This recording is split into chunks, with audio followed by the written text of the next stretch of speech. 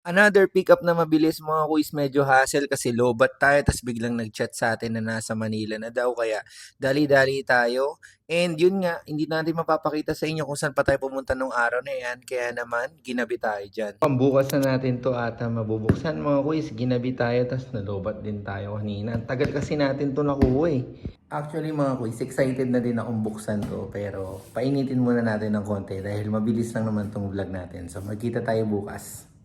Kinabukasan mga kuis, kasama ko yung kapatid ko at si Pau. Ayan, si Casey at yung mama ko. Babalik kami doon sa pinuntahan namin kahapon. Ayan mga kuis, kailang natin si Pau. Bali mga kuis, papunta kami ng Mandawi niyan para i-order yung kailangan namin. Pero hindi na natin siya isasama sa vlog para hindi humaba tong video natin. No? Nakalabas na siya ng aeroplano, di ba? Papalabas na siya. And I just wanna love you forevermore. Kamusta yung flight mo? Okay naman. After namin sa Mandawi mga kuis, nag-late lunch kami dahil inabutan na kami ng hapon nung natapos. Kaya yan, kumain muna kami and sinama ko na to for the memories lang. Ayan mga kuis, nandito na tayo sa bahay. Ginabi kami ulit kasi maulan, tas meron tayong mga dinaanan. Nanonood pala ako ng vlog ni Kuis Ariel QTV. Ayan. Subscribe kayo dyan. Tignan nyo, meron siyang pinuntahan sa De Binondo. Kung hindi sports yung gusto nyong mga sapatos, ayan, baka pwede nyong makonsider yan. May mga pang-alis, panlakad, pan-trekking, kompleto. Panoorin nyo. Shoutout ulit kay Kuis Ariel. Ayan, tara. Samahan nyo ako mga kuis. I-unbox na natin yung sapatos na kinuha natin sa Manila nung isang araw. Habang paparating ang ulan, ito pala yung sapatos na kinuha natin. Tinanggal ko na siya doon sa mismong original box niya. And meron siyang konting dents lang, no? Pero hindi naman obvious yan. Sana hindi maging issue yan dun sa buyer natin. So, buksan na natin.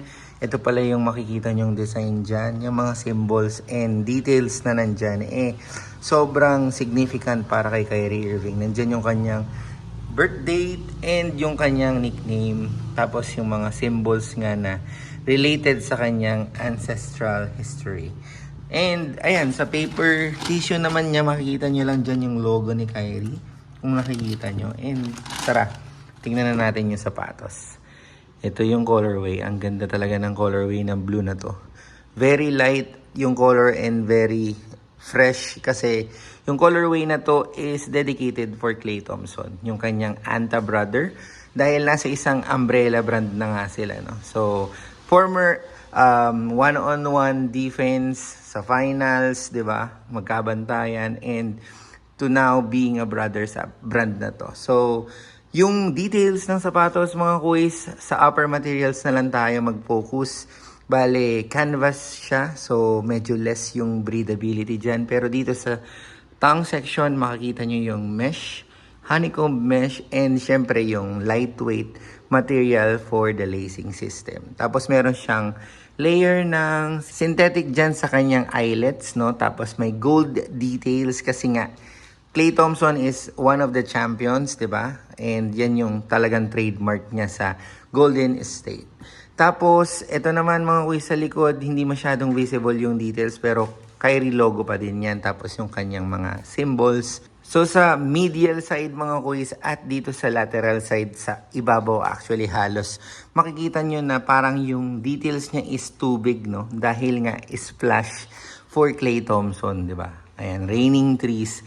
And sa ilalim, syempre solid rubber outsole. Be aware pala mga kuis dahil merong mga Kyrie shoes na translucent outsole or semi-translucent outsole. Pero ito solid rubber naman siya. So kayo ba mga kuis, nagustuhan nyo ba tong colorway na to?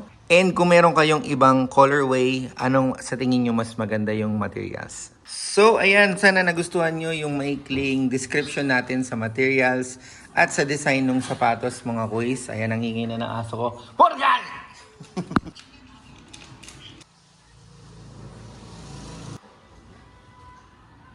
Bali mga kuis, magbibigay na lang din ako ng extra tip para sa mga bibili nito. Pagdating sa sizing, medyo mahaba siya. So, I would suggest na magbawas kayo ng 0.5 sa sizing nyo. So, ayun, magkita-kita tayo sa susunod na unboxing ng pair na pipick upin natin or yung dadating sa atin.